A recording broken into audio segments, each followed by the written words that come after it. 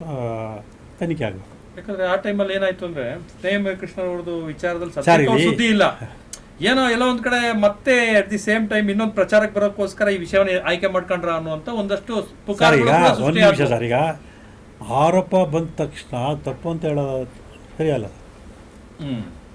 ಈಗ ಒಂದು ಆಪಾದನೆ ಮತ್ತೆ ಮತ್ತೆ ಶಾಲಿನಿ ರಾಜೇಶ್ ಕೂಡ ಆರೋಪ ಇತ್ತಿತ್ತಾರಲ್ಲ, ಅವರು ಕೂಡ ಒಬ್ಬ ಅಧಿಕಾರಿ, ಅವ್ರ ಮೇಲೆ ಬರೀ ಇದೊಂದೇ ಆರೋಪ, ಬೇರೆ ಆರೋಪಗಳು ಸಾಕಷ್ಟು ಪ್ರಶ್ನಾತೀತರೇನಲ್ಲ. ಆದರೆ ನನ್ನನ್ನು ಆ ಒಂದು ತನಿಖೆ ವಿಚಾರದಲ್ಲಿ ಏನು ಸಿಲುಕಿಸಿದ್ರು ಆ ಸಂದರ್ಭದಲ್ಲಿ ಇದೊಂದು ಕಂಡು ಬರೋಕ್ಕೆ ಅದ್ರ ಬಗ್ಗೆ ಅಷ್ಟೇ ಮಾತಾಡ್ತಾ ಹೊರತು ಸೊ ಆರೋಪದ ಬಗ್ಗೆ ನಾನು ಇದು ಮಾಡಿಲ್ಲ. ಬಟ್ ಈವರೆಗೂ ಕೂಡ ಅವ್ರ ಮೇಲೆ ಮಾಡಿರುವಂಥ ಆಪಾದನೆಗೆ ತಾವು ಬದ್ಧರಾಗಿದ್ದೀರಾ? ಹೌದು, ತನಿಖೆ ಮಾಡಿ ನಾನು ಕೊಟ್ಟಿದ್ದೀನಲ್ಲ. ಈಗ ಎಲ್ಲಿಗಿದೆ ಸರ್ ತನಿಖೆ, ಎಲ್ಲಿ ನಡೀತಾ ಇದೆ ಅದು?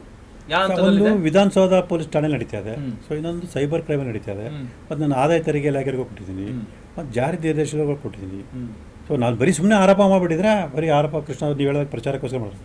ಆದರೆ ನಾನು ತನಿಖಾ ಸಂಸ್ಥೆಗೆ ದೂರು ಕೊಟ್ಟಿದ್ದೀನಿ ನಾನು, ಮತ್ತು ನ್ಯಾಯಾಲಯ ಗಮನಕ್ಕೂ ಕೂಡ ತಂದು ಅದ್ರ ಬಗ್ಗೆ ತನಿಖೆ ಮಾಡಿಸಿ ನ್ಯಾಯಾಲಯಕ್ಕೆ ಕೇಳ್ಕೊಂಡ್ರೆ ನಾನು.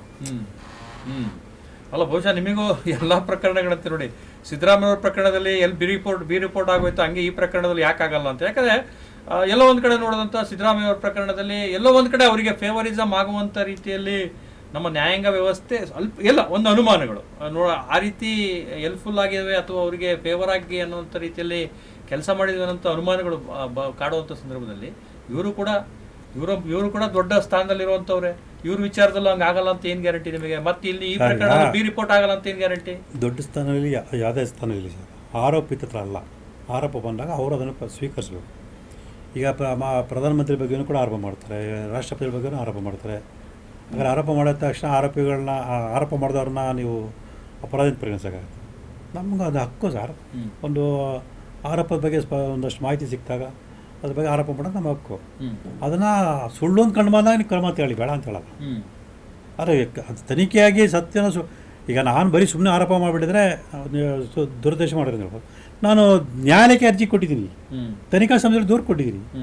ಅದ್ರ ಬಗ್ಗೆ ಎಲ್ಲದಕ್ಕೂ ನಾವು ಫೇಸ್ ಮಾಡಕ್ಕೆ ಐ ಆಮ್ ರೆಡಿ ಅನ್ನೋಂಥದ್ದು ಕೂಡ ಒಂದು ಮೆಸೇಜ್ ಕೊಟ್ಟಂಗೆ ನೀವು. ಹೌದು, ಇದ್ದಾಗ ತನಿಖೆ ಮಾಡೋಕ್ಕಿಂತ ಮುಂಚೆನೆ ನನ್ನ ಮೇಲೆ ಅದು ಸುಳ್ಳು ಅಂತೇಳಿ ಹೆಂಗೆ ಕೇಸ್ ಮಾಡಿ ನಾನು ಅರೆಸ್ಟ್ ಮಾಡ್ತಾರಾ? ಅದು ನಾನು ಅದೇ ವಿಚಾರಕ್ಕೆ ಕೋರ್ಟ್ಗೆ ಬಂದಂಥ ಸಂದರ್ಭದಲ್ಲಿ ಹೌದು ಶಾಲಿನಿ ರಜನೀಶ್ ಅವರು ಆರೋಪ ಬಂತು, ಆಯ್ತು ಆರೋಪ ಮಾಡಿದೆ. ಸೊ ನಾನು ಅವರಿಗೆ ಪತ್ರ ಬರೆದಲ್ಲಿ ಸ್ಪಷ್ಟವಾಗಿ ಹೇಳಿದ್ದೀನಿ, ನನಗೆ ಈ ಥರ ಮಾಹಿತಿ ಬರೀ ಇದು ಬಂದಿದೆ, ನೀವು ಭಾಗವಹಿಸಿದಾರ ಹೇಳಿ, ಇಲ್ಲ ಅಂದರೆ ನೀವೇ ತನಿಖೆಗೆ ಆದೇಶ ಮಾಡಿ ಬರ್ತಿದ್ದೀನಿ. ಅದರಲ್ಲೇನೇ ತಪ್ಪು?